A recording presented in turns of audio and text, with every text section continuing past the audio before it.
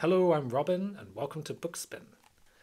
Galaxy 666 by Pel Torro, published 1968. This book is an example of vintage pulp sci-fi at its very worst, and it's been out of print for a long time. I discovered this book when I was doing some research into science fiction books that are considered to be the worst ever. And this title came up a few times, and curiosity compelled me to seek out a copy. So I've now finished it, and I can confidently say that yes, it's pretty awful, and I'm pretty confident that this is the worst written sci-fi book that I've ever read.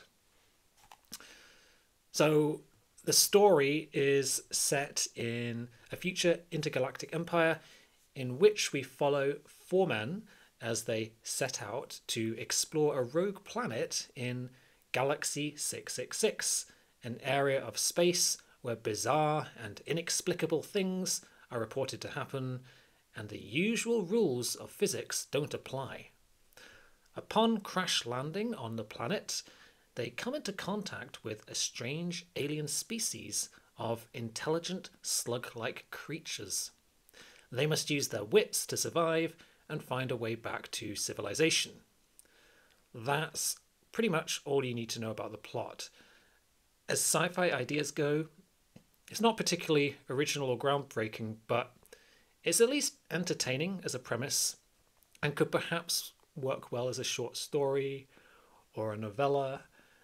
And this is actually a fairly short book, but somehow the author manages to make the writing drag excessively, and it totally falls flat as a story. And this he achieves with ridiculously verbose and repetitive narration, with one-dimensional characters that talk in a monotone and long chunks of pointless dialogue. I don't normally do this, but I think I'm going to have to demonstrate this with a few examples to really illustrate this. The exposition throughout the story is truly shocking. It's frequently overwordy, confusing, and pointless, sometimes to the point of absurdity. So this passage, for example, takes place when these intrepid explorers arrive on this mysterious planet and describes the colour of the rocks and landscape. There were pinkish streaks among the rock, and it seemed that some of the chromatic tint from the atmosphere owed an origin to these. There were a number of white veins in the rock, which bore some kind of resemblance to marble, but the majority of it was grey. It gave an overall impression of greyness streaked with pink and white, rather than an overall impression of whiteness tinged with grey and pink, or an overall impression of pink streaked with grey and white. Does that make any sense to you?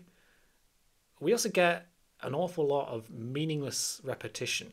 The narrator and the characters frequently repeat phrases to add emphasis, sometimes paraphrasing, but often just verbatim. It adds nothing to the story and is just grating, leading to such tediously redundant lines as this. But still there was a living link. A living link, he repeated. That link has been broken for a long time now. It's been broken for a very long time. And he moved swiftly and purposefully, for he was a swift and purposeful man. There are so many examples like this, pretty much on every page. On top of this, there are even some repetitions that aren't even apparently deliberate and seem to be the result of an egregious lack of proofreading. We also get an excessive amount of synonyms used throughout the text, which is another tactic the author seems very determined to use to pad out his writing as much as possible. You get the impression that he constantly kept his thesaurus to hand when writing this. These again contribute nothing to the story and lead to some hilariously bad redundancies, which often fail even to provide clear descriptions of anything in particular. The things were odd, weird, grotesque. There was something horribly uncustomary and unwanted about them. They were completely unfamiliar. Their appearance was outlandish and extraordinary. There was something quite phenomenal about them. They were supernormal. They were unparalleled. They were unexampled. The shape of the aliens was singular in every sense. They were curious, odd, queer, peculiar, and fantastic. And yet, when every adjective had been used on them, when every preternatural epithet had been applied to their aberrant and freakish appearance, when everything that could be said about such eccentric, exceptional, anomalous creatures had been said, they still remained indescribable in any concrete terms. This type of excessive verbosity creates some ridiculously slow pacing. Even when there are action scenes, there are so many circumlocutions and synonyms and repetitive phrases that there's no suspense at all for the reader. Instead, all we get is a confusing and exasperating mess. I feel like the publisher of this book didn't really care about the quality of the output of the writer. I think they just gave him a deadline and a word count, and he was instructed to just put a sci-fi story together by any means possible. The quality of the writing counts for nothing. And yet, despite all of this, it's strangely mesmerizing to read. I think in a kind of perverse way, you have to admire the writer for his audacity in producing something this bad. So I'm going to give this a score of 1 star, although it's debatable whether it even deserves that. Let's just say it gets half a star for the novelty value of its laughable badness, and the other half star for being mercifully short. So 1 star. I do not recommend this book. BookSpinner time. I think after Galaxy 666, I deserve to read something good, so let's see what's going to come up next.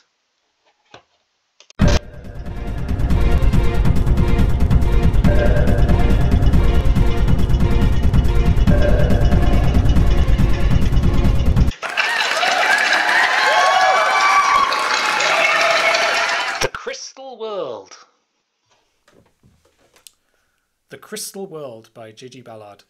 I've not read anything by this author yet, so this is going to be interesting. It was originally published in 1966. Let's have a look at the blurb.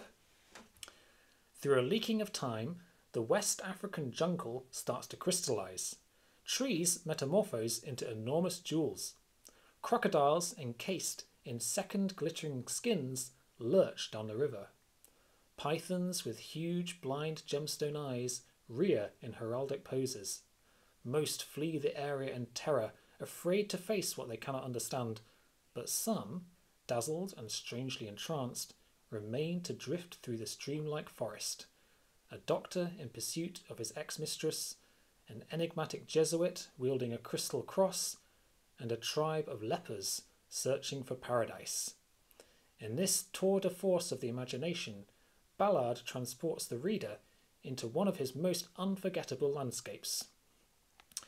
I'm looking forward to this one, and I will let you know what my thoughts are soon. Thank you for watching, and I'll see you again soon for some more science fiction content.